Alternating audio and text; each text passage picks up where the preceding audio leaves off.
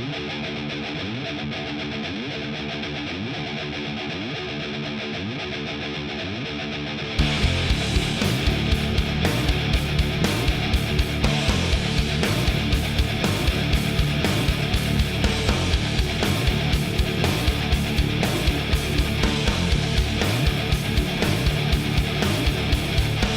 and gentlemen, welcome to the podcast that does not need a season premiere.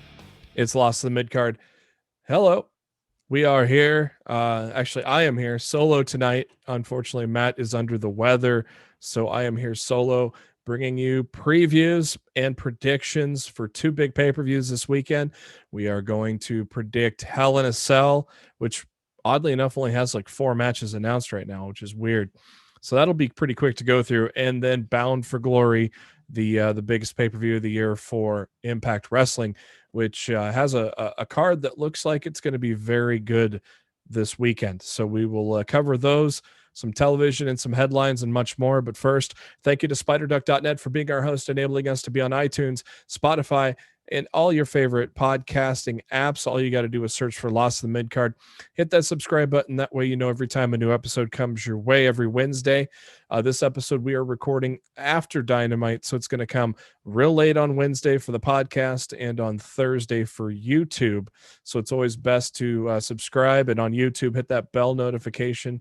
That way you know every time a new episode comes your way in case it's at a different time than normal. And as I said, we're on the YouTube, and the links to everything are on our Facebook page, facebook.com/Lost in the Midcard, as well as our Twitter at LITMC Podcast, where we share a lot of the great tweets from the wrestling world.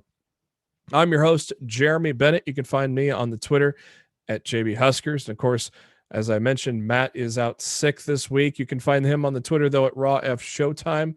And hopefully he'll be back next week when we break down both of the pay-per-views that have occurred this weekend with Bound for Glory and Hell in a Cell. So without further ado, we're going to kick things off with a little bit of AEW Dynamite. Last week was the anniversary show, which I thought was pretty good. I thought it with an anniversary show, it might be a little better than it was, but it was still a very solid show. We had some great matches. Just maybe thought it'd be a little more epic than it was, but at the same time, it was still a solid AEW show, as as all AEW shows are. So we kick things off with the AEW Tag Team Championships, FTR against Best Friends. No surprise, they put on a great 16-minute match. No surprise, FTR got the win in a very good match, but we're all expecting FTR and the Young Bucks to collide at Full Gear, and we will find out on the next show in the Fatal 4-Way tag match that main evented actually tonight's episode of Dynamite. Of course, we would find out that the Young Bucks win that to nobody's surprise. We're going to get the Young Bucks and we're going to get FTR at Full Gear. Finally, those two teams collide after years of going back and forth. But before we get there, we continue on to last week's Dynamite. During the tag team title match, Kip Sabian's arcade machine got destroyed, which pissed off Miro. So Miro came out and attacked the Best Friends.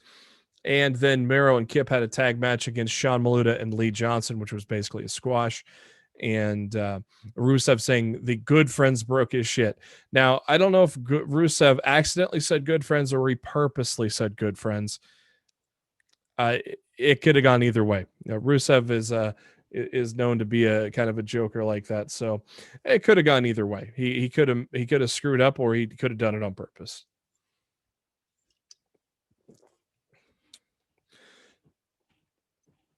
MJF cutting a promo. Coming out here, wearing the suit and the Burberry scarf, and calls out Jericho, a guy he says he looks up to dearly, and he wants Jericho in person to listen to MJF's big announcement. So Jericho and the Inner Circle come out. Jericho lets the crowd sing Judas, and And Sammy finally got his jacket. It was about 4 sizes too big, though, unfortunately, for Sammy. So the big announcement is that, the big announcement is that, MJF wants to join the Inner Circle, but he couldn't bring it to himself to say those words, probably because he's just an egotistical son of a bitch. Who knows? Ortiz stepped in and said that MJF's living out a childhood fantasy by jerking Jericho's chain. He's not welcome into the Inner Circle. Jericho said, hold on a minute, and suggested that him and MJF meet up one-on-one for a steak dinner next week. And oh boy, once we get to that part on this week's Dynamite, that was something to behold.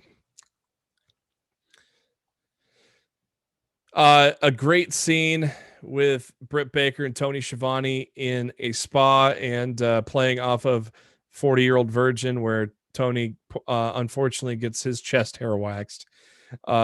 Tony and Britt are the dynamic duo of AEW. It's awesome. And this was just a hilarious scene, which started out as an interview while the two were getting massaged, and then it turned out to wax Tony's chest hair time. So that was pretty funny.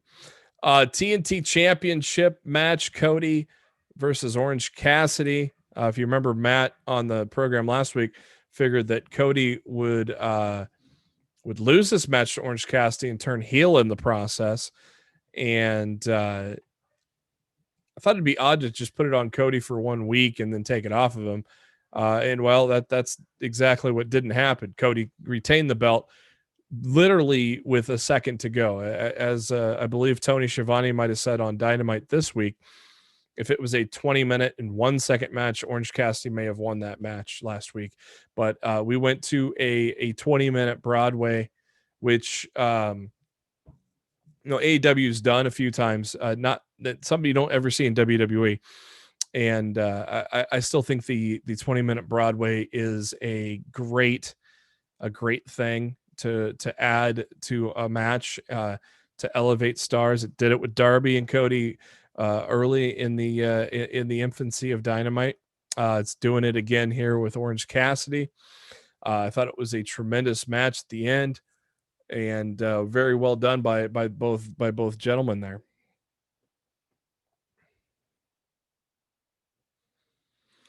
And we had Matt Hardy interviewed by Tony Schiavone near the ring. Rebby and their 3 sons also on camera. Matt thanked everybody that that has supported him, and said he's cleared to return. And then they showed a video on the big screen there, which shows photos being lit on fire, and that person to be Sammy Guevara, the man that Matt Hardy has been feuding with for some time now this year.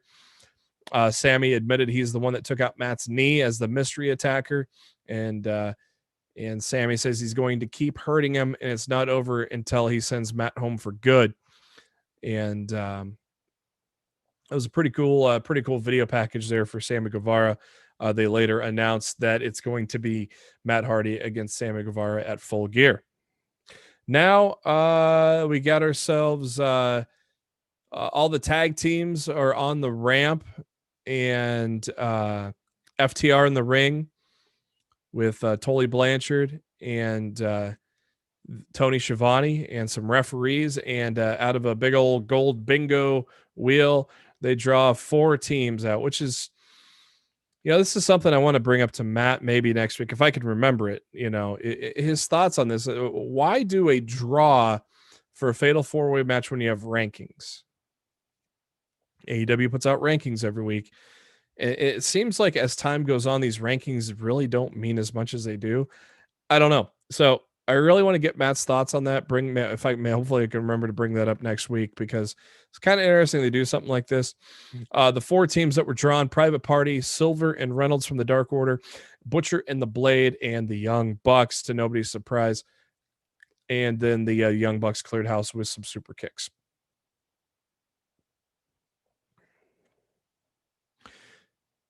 And if you didn't know who was going to win that match, well, let's just say you weren't surprised tonight. AEW Championship match between Hikaru Shida and Big Swole. Okay match. It wasn't anything spectacular. Didn't even crack the 10-minute mark with Hikaru Shida winning. Just the AEW women's division needs a boost or something, or some kind of spark. And like I said, the only credible woman that can take that title off of Shida right now is Britt Baker. Clearly, I don't know if they're heading towards this at Full Gear or not. With Full Gear only 2 weeks away, they may have another throwaway match just thrown together with Shida to have her win, and then build towards Shida and Baker maybe at the next pay-per-view after that. I don't know if what they're going with there. But the women's division definitely needs a shot in the arm.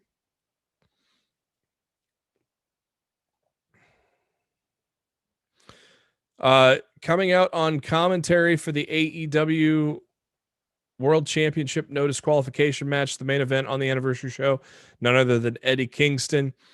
Before that match got started, they showed a little video of Shawn Spears and Scorpio Sky as they've been building towards that feud.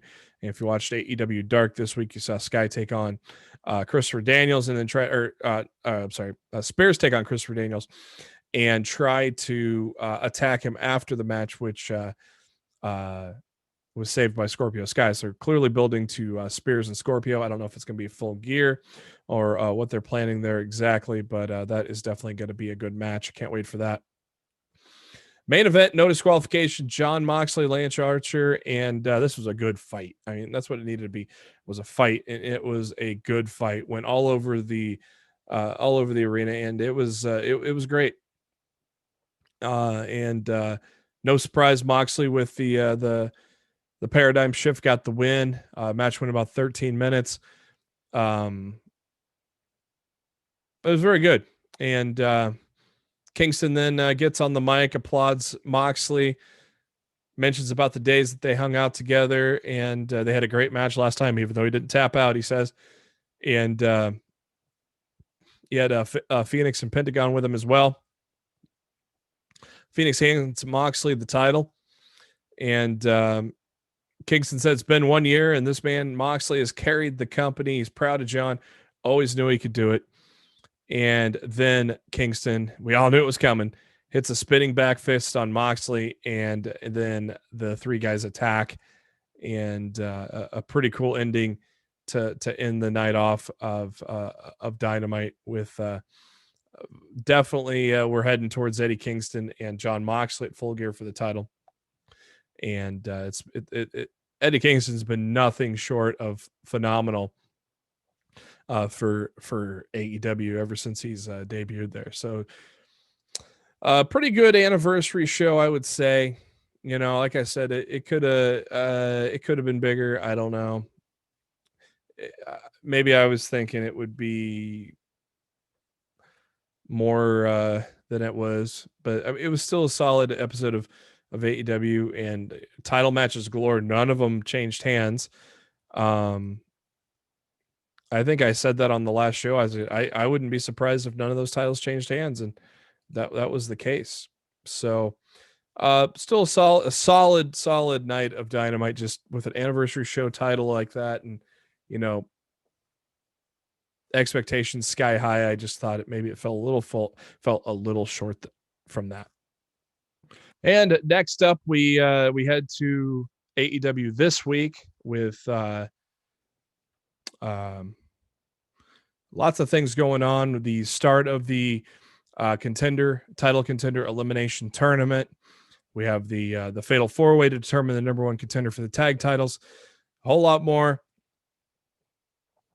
We kick things off with Wardlow and Jungle Boy in the first round of that eliminator tournament. I'd say it was a pretty competitive match here, but a very impressive win for Wardlow.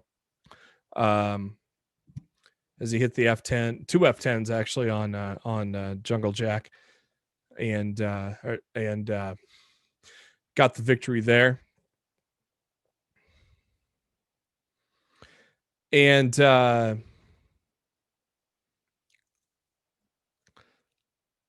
next up after that, we got a very good promo from Jon Moxley, and he talks about the history with Kingston, about how they were friends, and sure, he went to WWE to provide for his family, and Eddie might have made some choices that didn't really help Eddie, and so it was a really cool promo, very good one by the champion. Check it out if you can.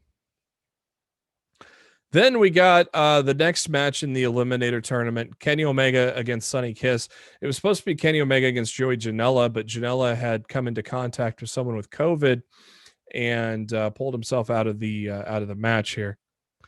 And some people have joked that maybe he realized what was going to happen with this literally 30-second match where Sonny Kiss got destroyed. It was more about the pre-match than it was the match, because Justin Roberts had this long ass intro for Omega, spouting all of his awards, how he has 7 5-star matches from Meltzer, dancing girls with brooms, and just this elaborate, awesome entrance that lets you know that Kenny Omega is a heel, and the full-on cleaner is probably coming at Full Gear.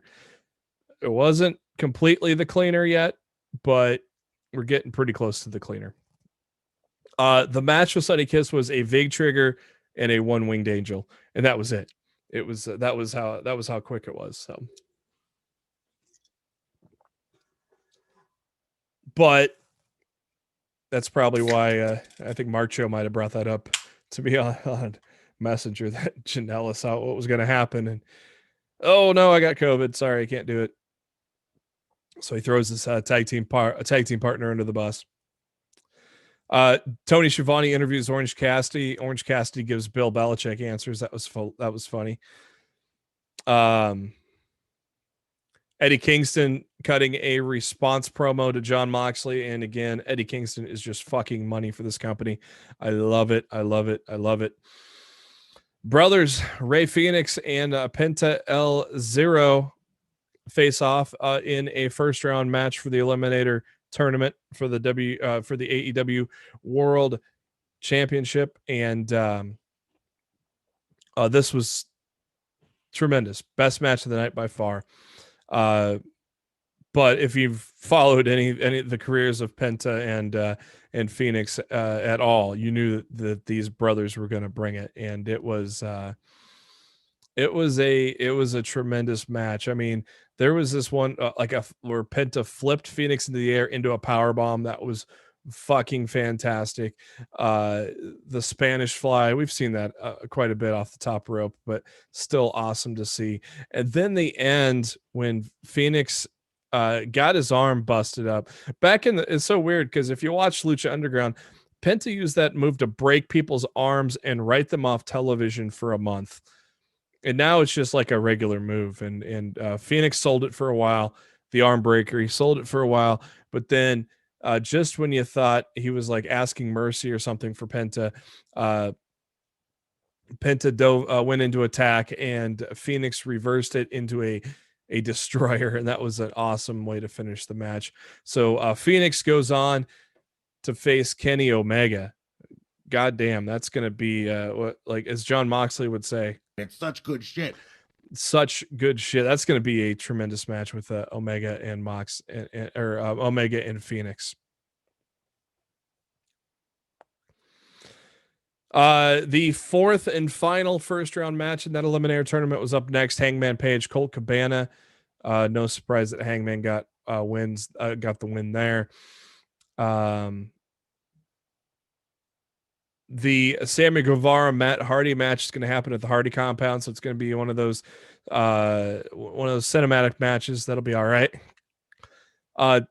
Team Taz standing on the ramp. Taz still talking about that Will Hobbs has that open invitation to join Team Taz, and that'll be interesting to see if he does join them. I don't expect it. We did talk about this a little bit on the show last week, but definitely stretching that out a little bit. So makes me wonder what's going to happen. Next up is the Le Dinner Debonair. My background this week. And if you have not watched Le Dinner Debonair from Dynamite yet, you're in for a goddamn treat. First, it was just a dinner. MJF being a dick to the waitress, ordering a steak and baked potato. And he starts off by ordering a well done steak, and Jericho, I guess, one ups him by ordering a medium well steak, and then MJF says scratch that order, and they keep trading back and forth until basically Jericho's ordering a raw steak. But after ordering the steaks is when the brilliance just started to shine. Completely unexpected, straight out of the Rat Pack films of the 50s. MJF and Jericho break into song. Mamma Mia. This was just fucking epic.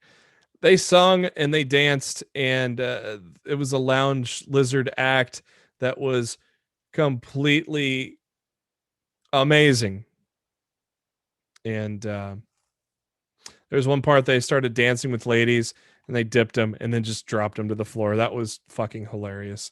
And then they did an encore of the ending, and man, it was something great. It was interesting. Definitely did not expect it, but man, it was interesting. I don't know, man.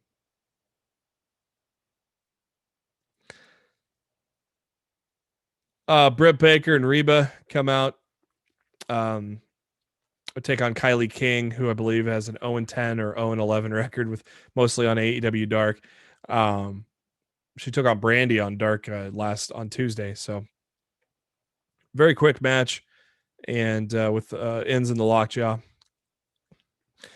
They mentioned that Abaddon will be wrestling next week, and they mentioned out of nowhere she's ranked number 3 in the women's rankings. But yet you don't see hardly much with the women on Dynamite, and it's just, that's something they really need to work on, is the women's division for sure. It's like we've not seen Abaddon on Dynamite at all. Okay, you see her on Dark, but that's on YouTube. Not most of the public is not going to see it. And so Abaddon's all of a sudden number 3. Don't get me wrong, I like Abaddon, but it's just the division needs work, man. The official title for the Guevara Hardy match at Full Gear is going to be the Elite Deletion. This can be fun. I can't wait for that one. It was announced ahead of time that Steve-O and was going to make an appearance with Darby Allin. They did a little video where Darby zips himself up into a body bag and goes down a skateboard ramp. That was interesting. And main event time, Fatal 4-Way. The winner is the winner, of course, gets FTR at Full Gear. Very entertaining main event match, but nobody's surprised. The Young Bucks get the win. FTR comes down to the ring afterwards, offers them a beer. They slap it out of the hand.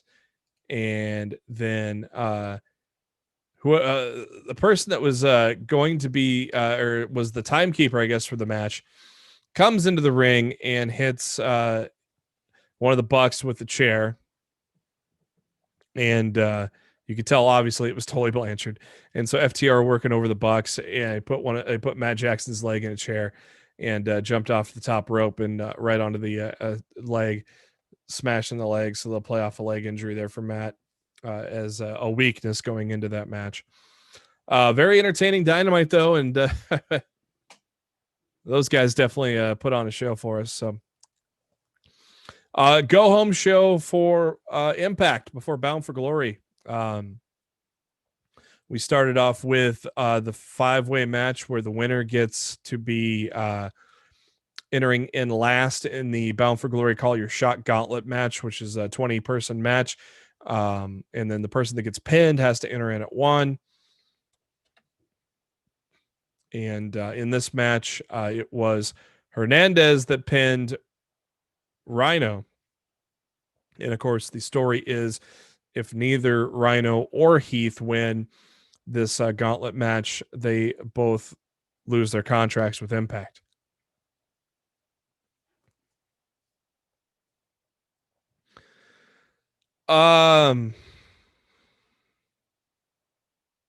Moose doing an interview with Jimmy Jacobs ahead of his match at undisclosed location with EC3.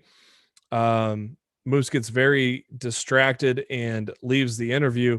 And then Jacobs gets grabbed by 3 of EC3's guys, put a bag over his head, and drag him out of the building into a car. We get some kind of Wrestle House segment, I guess you could say. Johnny Bravo doing the wedding rehearsal. And, of course, none of it's going well. We have Rosemary versus Havoc. If Rosemary wins, then Havoc will do her bidding to bring back Father James Mitchell for the wedding ceremony. Of course, Rosemary gets the win there, so then we'll see what happens with the potential resurrection of Father James Mitchell. Interview with Kylie Ray talking about her title match with Deonna Purrazzo this Saturday. They show the rest. They show EC3's guys dragging Jimmy Jacobs into a building, and EC3's waiting, and basically kind of turns into a little bit of an interview with EC3. I kind of liked it here. It was pretty interesting. Ahead of his match with Ken Shamrock, Eddie Edwards took on Sami Callihan in a highly entertaining match with Shamrock coming out, distracting Callihan or distracting Edwards, allowing Callihan to get the win. Then we had the 6 competitors from the X Division match pair up into 6-man tag action. Rohit Raju, Chris Bay, Jordan Grace took on Willie Mack, TJP, and Trey Miguel. It broke down for Bay and Raju eventually, and then that allowed Willie Mack, TJP, and Trey Miguel to get the win there. Gia Miller does a sit-down interview with Eric Young, and this was a pretty damn good interview. Eric Young's done a tremendous job since coming back to Impact. Glad to put the title on him for a short amount of time. A little precursor to the Bound for Glory predictions.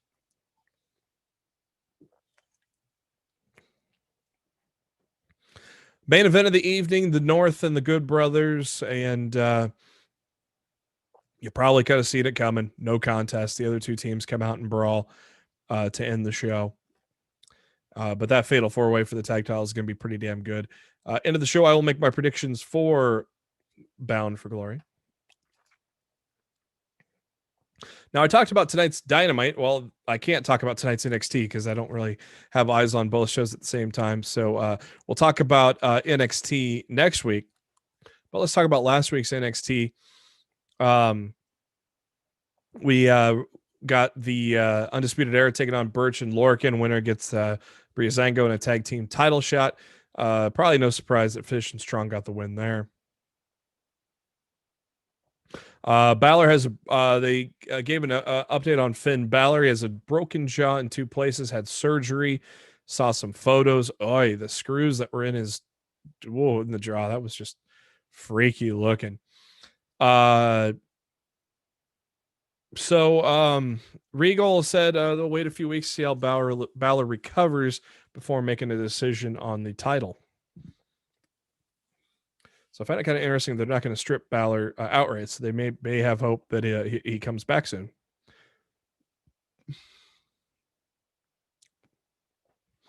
A guy that's been impressing on 205 Live, Ashanti the Adonis. Of course, he helped out Swerve against Legado. last week, I think it was, or 2 weeks ago.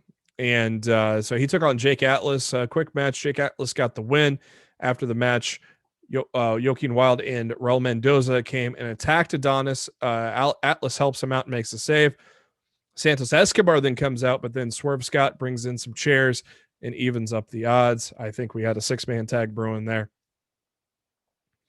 Johnny Gargano, Austin Theory, they had a damn good match. Somebody that's definitely a future star in the business, with someone that's like one of the best wrestlers today in Johnny Gargano. So they definitely meshed well, and it was a tremendous match. Damn near went about 15 minutes with Austin Theory really impressing there. Candice LeRae takes on Shotzi Blackheart. Another good match.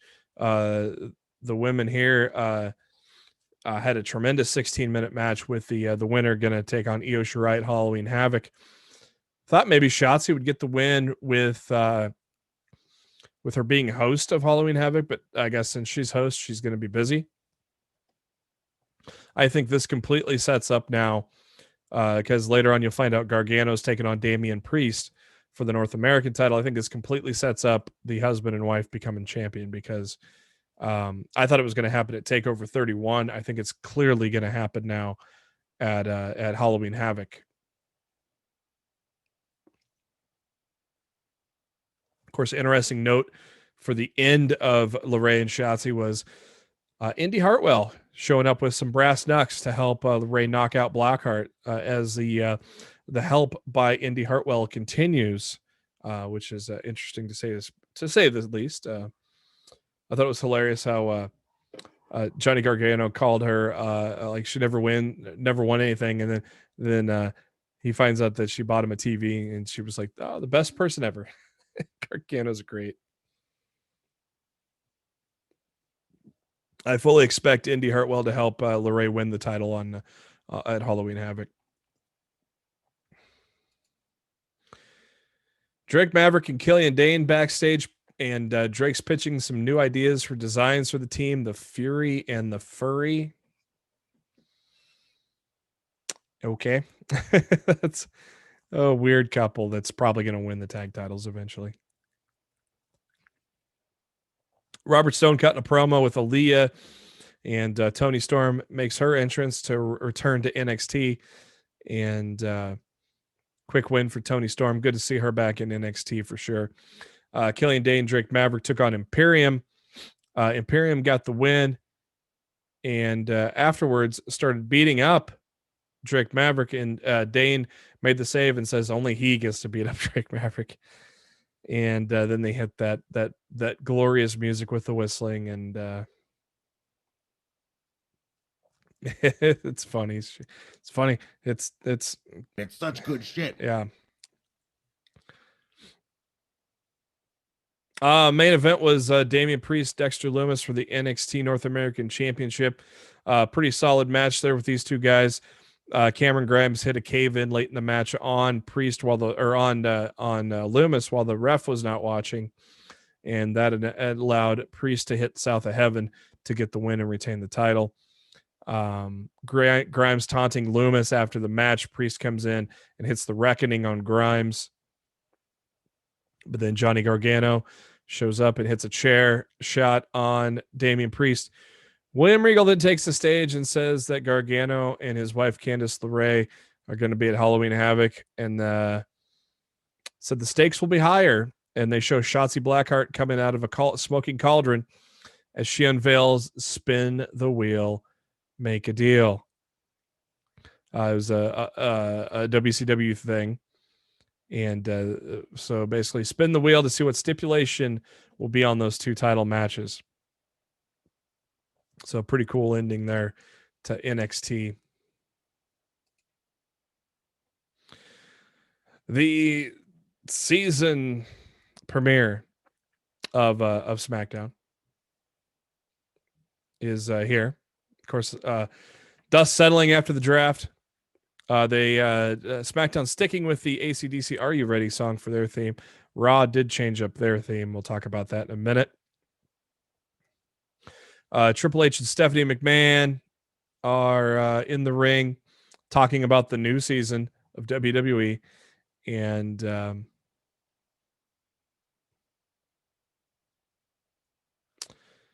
then I think all the wrestlers were up on stage while they were talking as well, and they just mentioned all the new people and all that fun stuff, and then a big brawl that kind of started out the open, and in the ring, towards the end of that brawl in the ring, there were some people standing tall in the ring, and then Lars Sullivan made his entrance and just cleaned house again. That led to the advertised match between Jeff Hardy and Lars Sullivan. Only went about 4 minutes, dominating win for Sullivan. Of course, they're going to be pushing him pretty hard right now,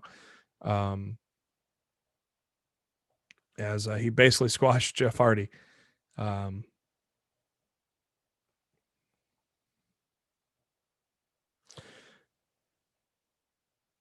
They did another vignette for Bianca Belair.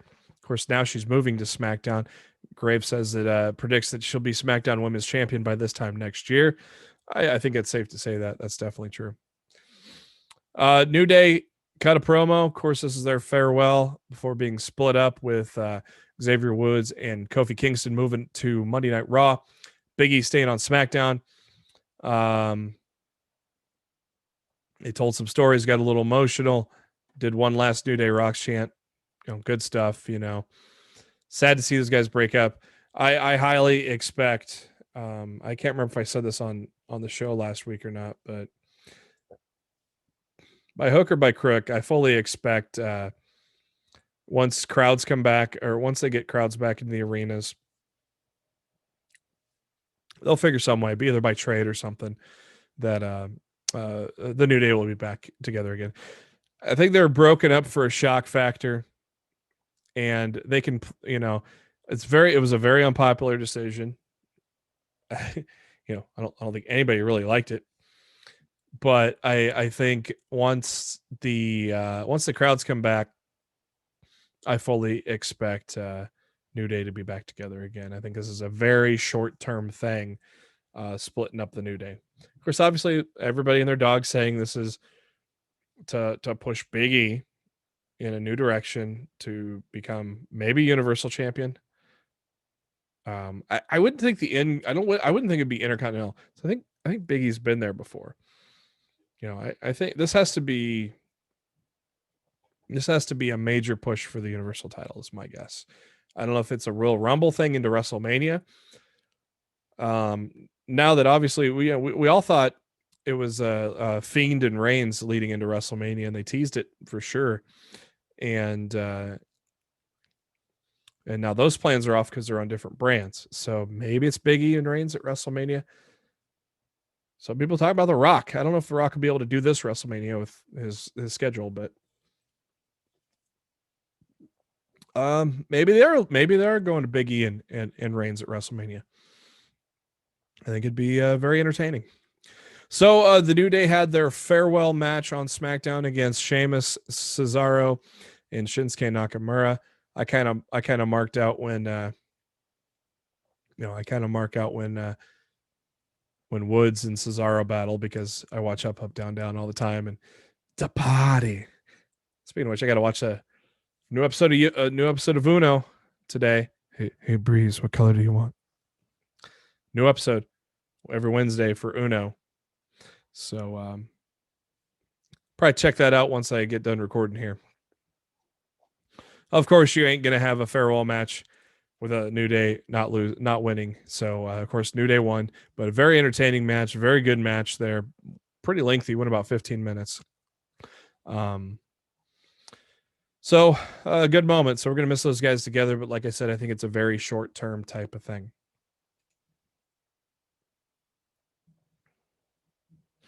Otis was interviewed by Kayla Braxton, and Sami Zayn showed up, talked some trash about Mandy and losing his tag partner, going to Raw, and also mentioned how Otis is being sued by The Miz, and that pissed off Otis, and he pushed Sami on his ass. Daniel Bryan First time returning in a few months. Debut in the Thunderdome. He talks about how he's excited to get in the ring with some of these competitors like Apollo Crews, Kevin Owens, Aleister Black. Talks about great talents coming over in Bianca Belair and the Riot Squad, and puts them all over. And then Seth Rollins comes out, and this is going to be a hell of a feud. Of course, Brian did not mention Seth Rollins, so that pissed off Seth Rollins. And Rollins tried to get Brian to join the greater good, and he did not want any of that. And it was a great back and forth between those guys that led to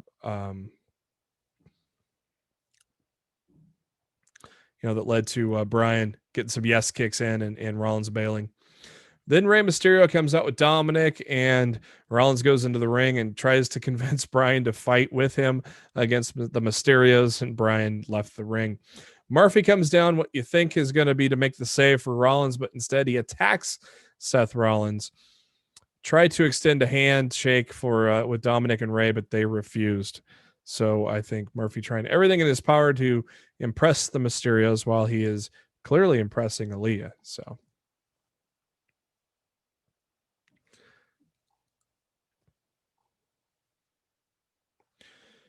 Street Profits took on Rude and Ziggler. This was for the SmackDown Tag Team title match, but everybody was Rude and Ziggler kept attacking forward, ignoring the referee's instructions. So Jessica Carr called for the DQ finish. So they went with the DQ finish, and so obviously this feud will continue on as time goes on.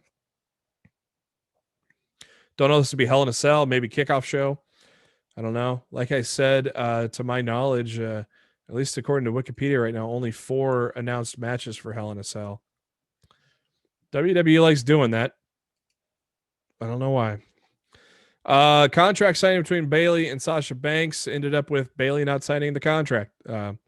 So I don't know what that's going to lead to, but obviously they will still have their match at Hell in a Cell, I'd assume. Bayley probably going to sign it that night. And we'll go on from there.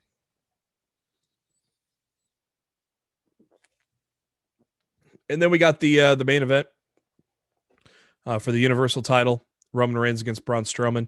Always weird doing these, and they're always teasing, well, what if Strowman wins and SmackDown has no world titles? And yeah, we all know Roman Reigns was going to win. Thing was, we did not realize Roman Reigns was going to choke out Braun Strowman. That was an interesting finish to the match that he won by that Strowman taps out or got choked out by Roman Reigns. But pretty cool. And then at the end, Roman Reigns grabbing a chair. Jey Uso comes out, and Reigns hit another spear on Strowman. Told Jey to come down to the ring. Heyman handed Reigns a steel chair. Told Jey, this is how you eat. If you're not at the top, you don't eat. And says if Reigns can do this to Strowman, imagine what he can do to Jey. Reigns just destroys Strowman with some chair shots. And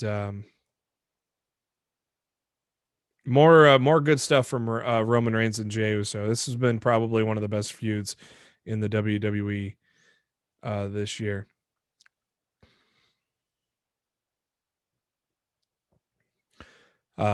Jey punched Reigns and then hit Roman with a super kick, and then hits Reigns twice in the back with a steel chair before everybody breaks it up. So very explosive finish to SmackDown. Clearly the better of the two shows, and one of the best feuds going on, probably the best feud going on this year in the WWE is those guys. So it was a great finish there. The season premiere of Monday Night Raw. We kick things off with The Fiend and Alexa Bliss. They are soon interrupted by Retribution.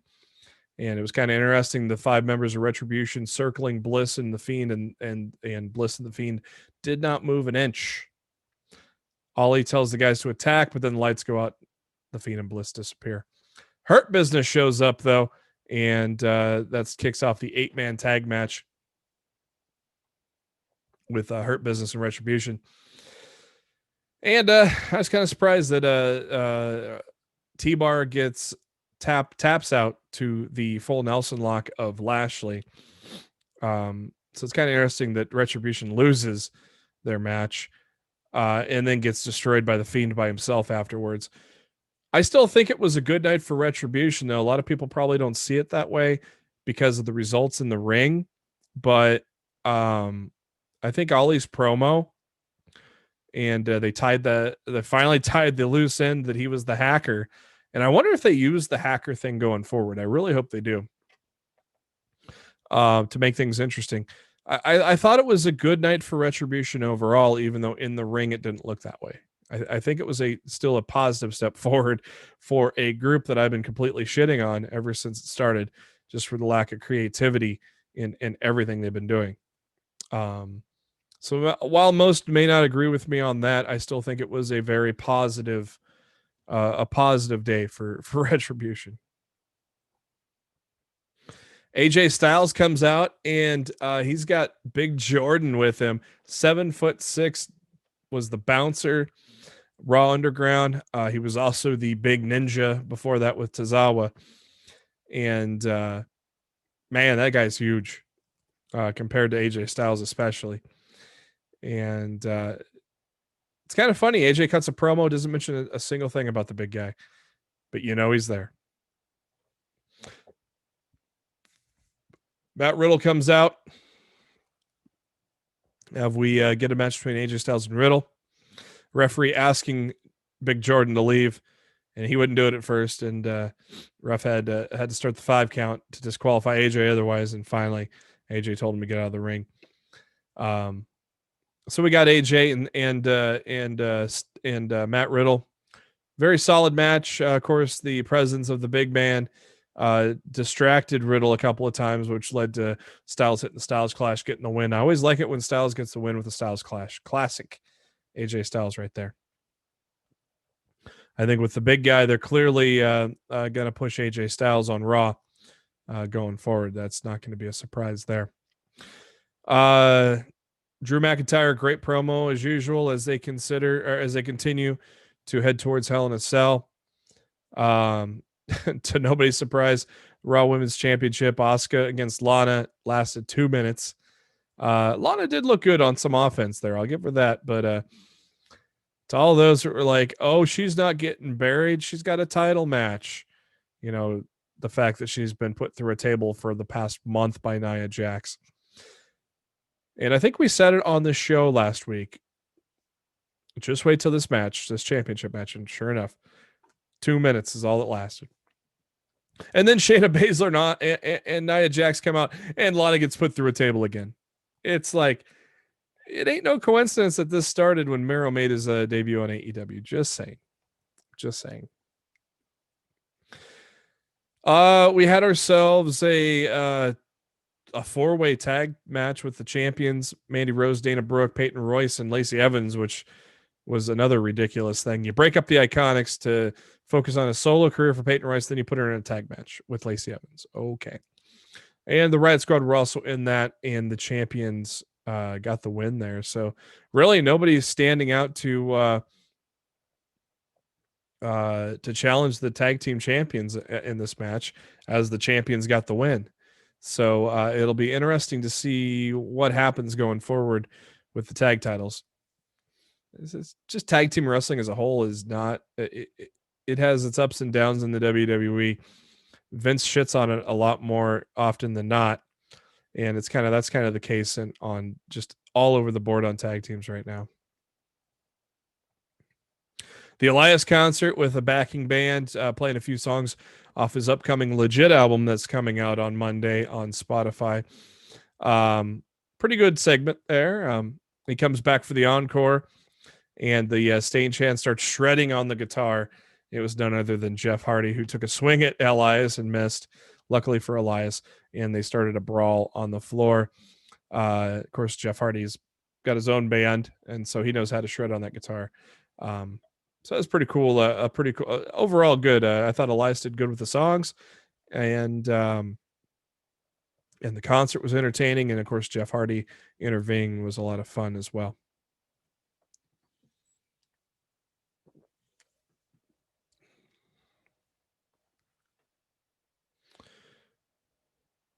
Miz and Morrison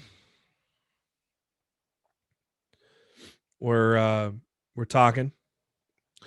Tucker shows up and they make fun of Otis and how they're ruining Otis's life.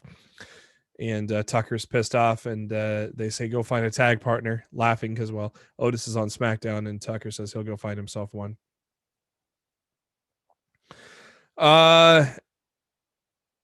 Programming note, SmackDown this Friday will be on FS1 on your cable system because, of course, the World Series is on Fox. So SmackDown moves to FS1 for this week, just a friendly reminder to everybody.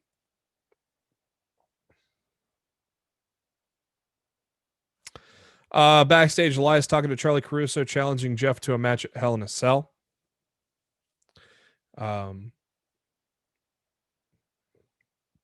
Kofi and Xavier from the New Day cutting a promo about how now they're split up. Sheamus comes out to laugh at their sorrow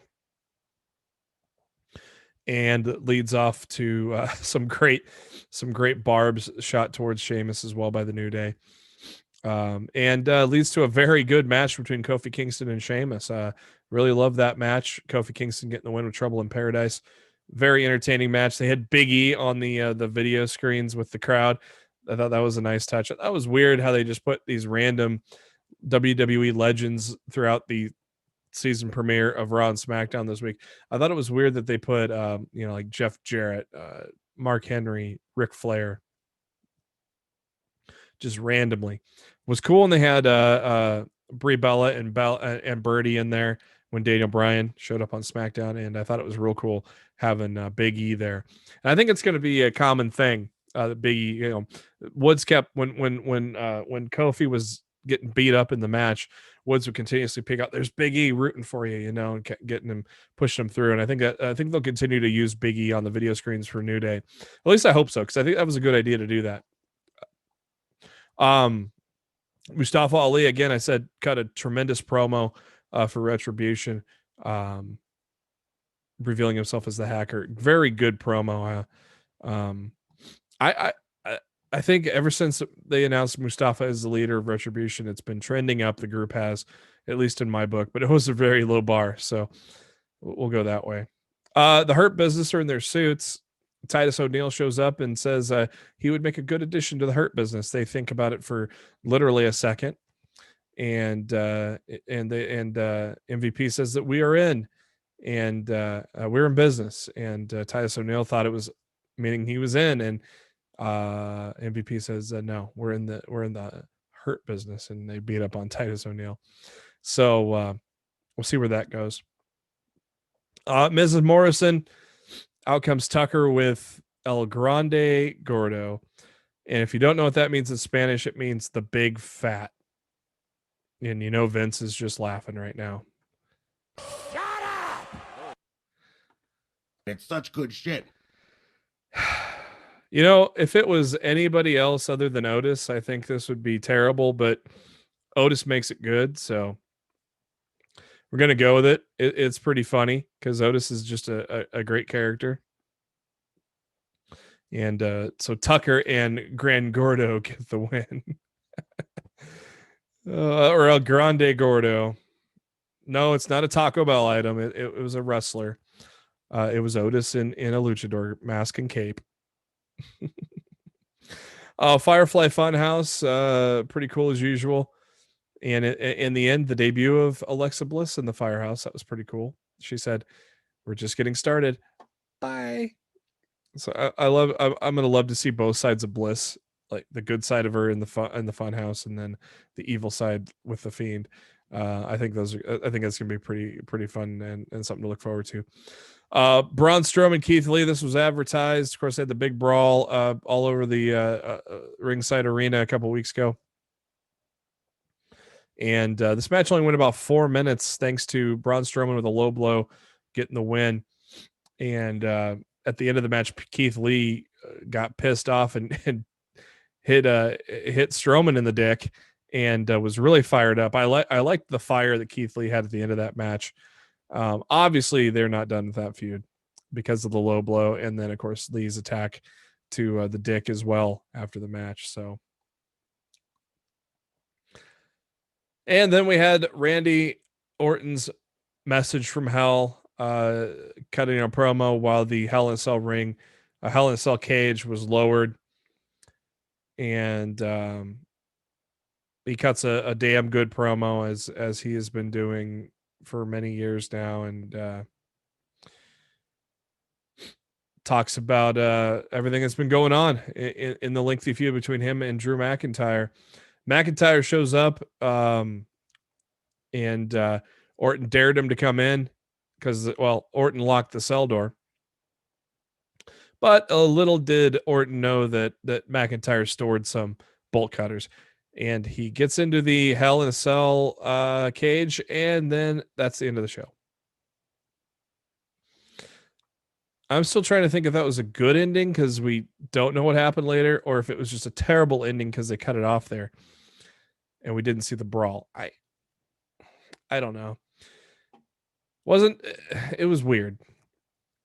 I'm not going to completely shit on it because I think it was a good cliffhanger. It was just weird.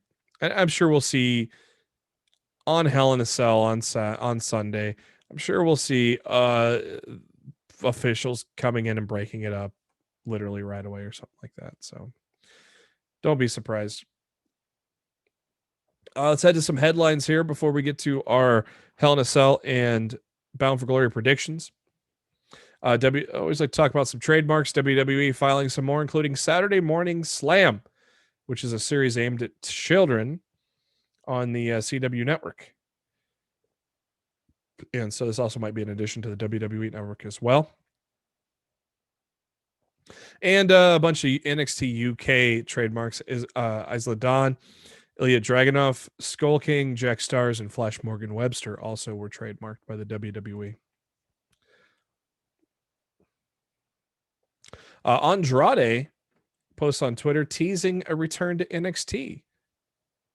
I did not see that coming, but that would be interesting for the former NXT champion.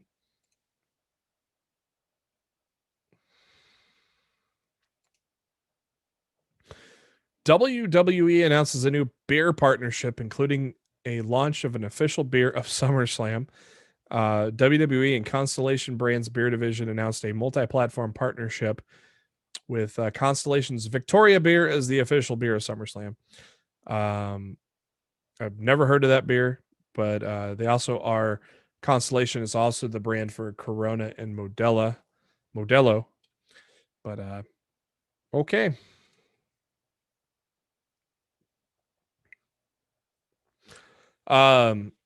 AEW's Action Figure Series 2 line has been revealed and on Twitter, and some of the wrestlers you'll see on the Series 2 action figure line: Penta L0M, Ray Phoenix, MJF, Dustin Rhodes, and Hangman Adam Page. Congratulations to John Cena. He marries his longtime girlfriend, Shay. They got married in Florida on the 12th of October. They've been together since March of 2019. And so happy marriage to John Cena. The man that, if you watched Total Divas, never thought was going to get married.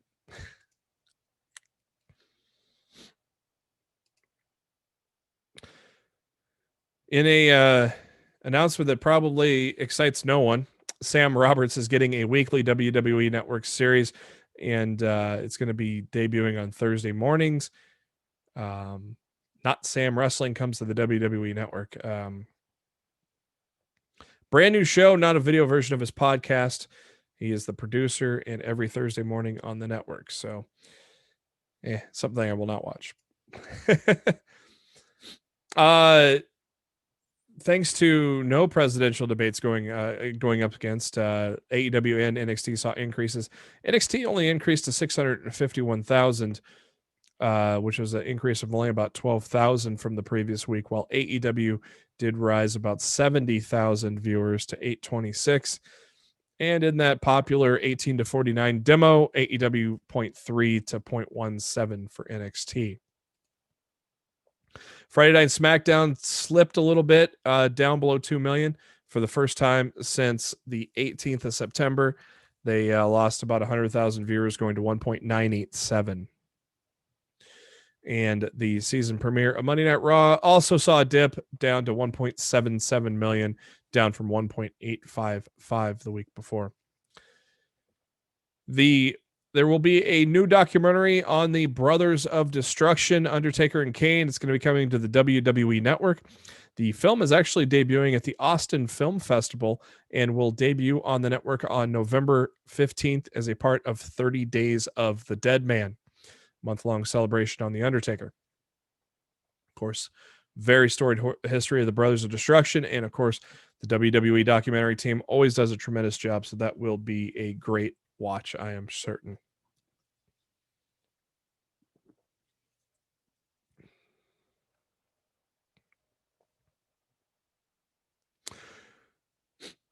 The first 10 competitors have been announced for the Call Your Shot gauntlet match at Bound for Glory.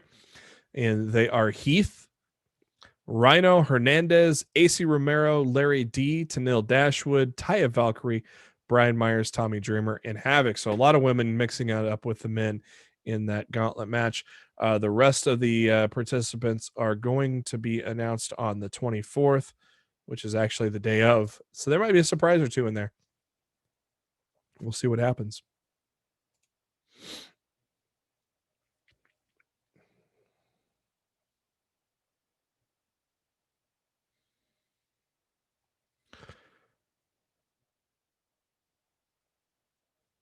And there is going to be a new pod on the WWE Podcast Network, the Swerve City Podcast with Isaiah Swerve Scott. It's going to start joining. It's going to join the WWE Network on October 23rd, and so it's actually going to be a video podcast type of deal, I believe. And the first guest will be none other than WWE Champion Drew McIntyre. So congrats to Swerve on that. Goldberg teasing the WWE return. I think we all know that it's coming eventually. But he put on Instagram a photo of him staring down Roman Reigns while Braun Strowman looks on.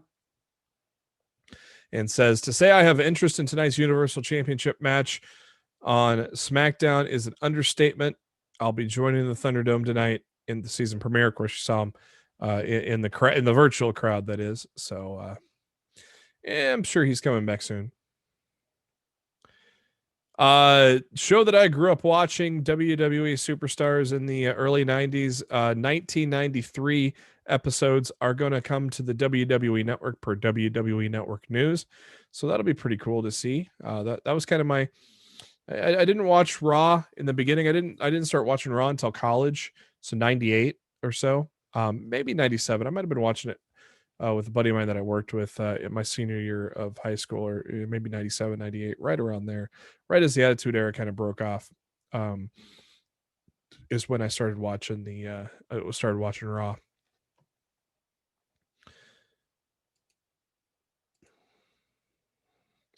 Corey Graves' podcast is also heading to the WWE Network, so they're going to do video versions of that as well, as they expand the podcast network into the WWE Network. WWE files some more trademarks. One on Johnny Saint, Joseph Connors, Kenny Williams, Levi Muir, and Dominic. So mostly, again, NXT UK people for the most part. Congrats to NXT UK star Dave Mastiff, as he got married as well recently this week. During the G1 Climax 30 finals, New Japan announced that Wrestle Kingdom 15 will take place on Monday, January 4th, 2021, and Tuesday, January 5th, 2021. So this will be the second year in a row that it's held over 2 days. And congrats to Kota Ibushi for winning the G1 Climax.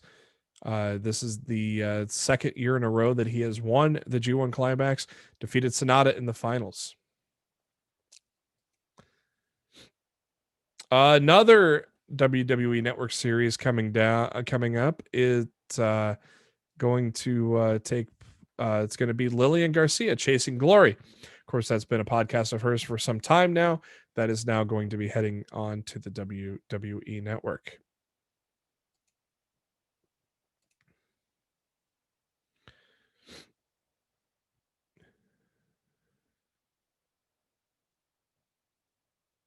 Also, another new network series coming out. All sorts of new network series is coming out here. Drew McIntyre is going to have something called Drew and A with the WWE champion Drew McIntyre.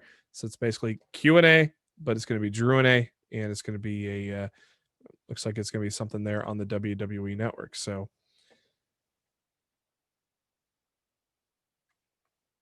the first episodes of Drew and A will be including McIntyre's father and renowned paranormal investigator Jason Hawes.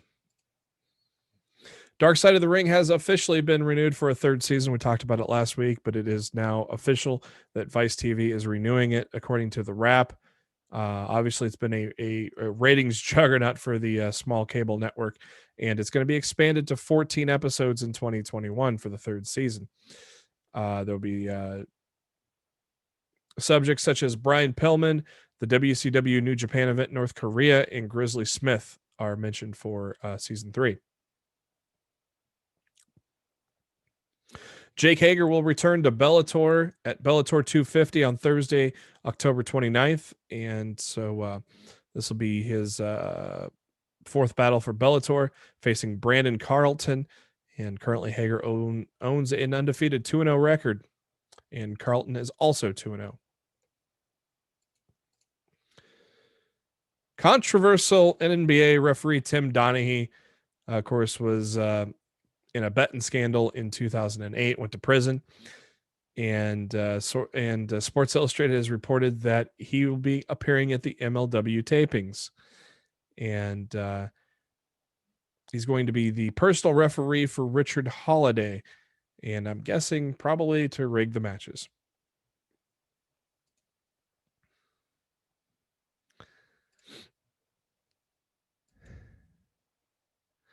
And some more WWE Network news as they have released the best of Hell in a Cell. You'll see a big group of matches going all the way back to 2009 when John Cena took on Randy Orton for the WWE Championship.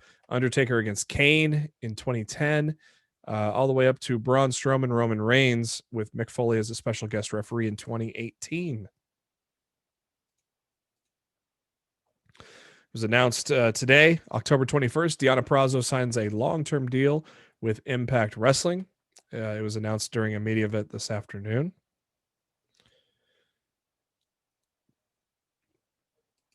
And finally, there was some exclusive WWE series on the network app Quibi, which is only available on mobile devices. Basically what they call bite-sized 10-minute episodes or something like that for people on the go.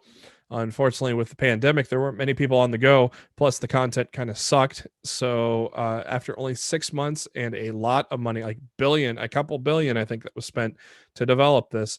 After 6 months going live, half of which was a free subscription, Quibi is shut down. And so that is interesting, but not surprising. All right, like I said, 2 pay-per-views this weekend. Bound for Glory on Saturday for Impact Wrestling and Hell in a Cell for WWE on Sunday. We're going to start with Hell in a Cell because there's only 4 matches announced for this. Jeff Hardy against Elias in a singles match after Jeff Hardy got beat in 4 minutes to Lars Sullivan, and Elias has just returned. I fully expect Elias to beat Jeff Hardy in this match. Hell in a Cell match for the Women's SmackDown Championship, Bayley, Sasha Banks. We've been saying this on the podcast for months. I highly expect Bayley to get beat and her lengthy title reign come to an end at the hands of Sasha Banks. WWE Championship on the line inside Hell in a Cell. Drew McIntyre against Randy Orton. I think I've said it all along. I think Randy Orton's going to win this match.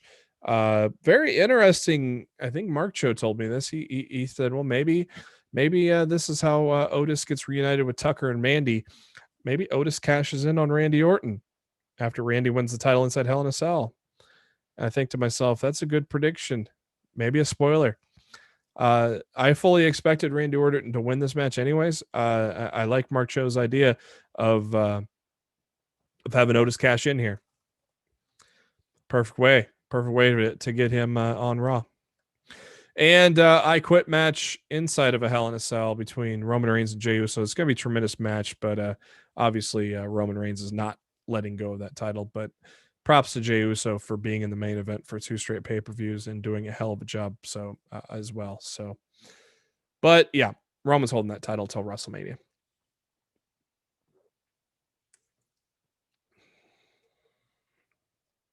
Let's move to Bound for Glory. Obviously, it's been interesting that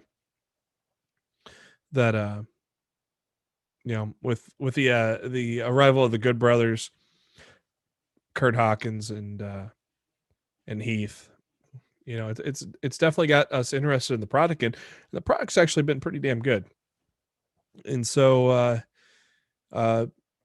we've been covering them again for the last few months. And so, I've enjoyed watching Impact Wrestling again. So very, very looking forward to Bound for Glory. It probably has a good chance of being better than Hell in a Cell this week. So don't sleep on Bound for Glory at all, man. 7 matches are currently announced on the card. The Call Your Shot Gauntlet match, we got like I said just a minute ago, the first 10 competitors have been announced for that match. There might be a surprise or two in there. Not too sure. Fully expect Heath to win this. Be interesting if they continue the storyline and neither Heath or Rhino win, but I fully expect Heath to win this. I think they're going in that direction, but we'll see. Like I said, I don't know who else is in this match, so it's kind of hard to predict otherwise. So it's more of a prediction of, is Heath or Rhino going to win or not? I'm going to go with Heath winning. I said it on the podcast this week. They may drag it out, and then they keep trying to fight and sneak in and try to get a contract. But I think at this point, I'm going to go with Heath. Eddie Edwards against Ken Shamrock in a grudge match. I definitely see Eddie Edwards getting the win there. EC3 against Moose in an undisclosed location. I would. EC3 is going to Ring of Honor, so I would not be surprised Moose goes over here and kind of puts that demon that's been haunting him for the past few months behind him. So I fully expect Moose to get the win here. 6-way intergender scramble for the X Division Championship. This will probably be the show stealer of the night. Your champion, Rohit Raju, defends against Chris Bay, Jordan Grace, TJP, Trey Miguel, and Willie Mack. And my prediction is that Jordan Grace is going to make history and become the first first knockout to win the X Division Championship. So I'm going to go with Jordan Grace in this one. This is going to be a hell of a match, though. Fatal 4-way for the Impact World Tag Team Championships. The champions, the Motor City Machine Guns, take on the Good Brothers, the North, and Ace Austin and Madman Fulton. I think this is clearly the way to get the titles on the Good Brothers. They weren't brought in to lose. So I think the Good Brothers are going to come away. I mean, shit, they just had a Talkin' Shop special on Access TV right after Impact Wrestling. And of course, Talkin' Shop, a Mania 2 is coming your way on pay-per-view in less than a month. So I fully expect the Good Brothers to win this one. Impact Knockouts Championship, Deonna Purrazzo, Kylie Rae. This is going to be a great match, but I never really wavered off of Deonna Purrazzo winning this match. And now that she's signed a long-term deal, I think this fully cements the fact that she's going to She's going to be the champion here coming out of that, but I think her and Kylie Ray are going to have a great match. And your main event for the Impact World Championship, Eric Young, Rich Swann. We've been telling, it's been a great story, and we've been all along expecting Rich Swann to come out on top here and win the world title. It's going to be a great moment, and it's going to happen. I'm obviously predicting Rich Swann, so looking forward to a couple of great shows, hopefully this weekend for professional wrestling. And that's going to do it for this edition of Lost the Midcard. Again, I'd like to thank SpiderDuck.net for being our host, enabling us to be on iTunes, Spotify, any of your favorite podcasting apps. Just search for Lost in the Midcard. Hit that subscribe button. That way you know every time a new episode comes your way, typically every Wednesday. And also, we're on the YouTube, and the links to all that are on our Facebook page, facebook.com/LostInTheMidcard, as well as our Twitter at LITMC Podcast. Matt will hopefully be back on the show next week. He was a little under the weather this week. He is on the Twitter at Raw F Showtime. I am on the Twitter at JB Huskers, and until then, enjoy yourself a good weekend of wrestling pay-per-views, and we'll be back at you next week.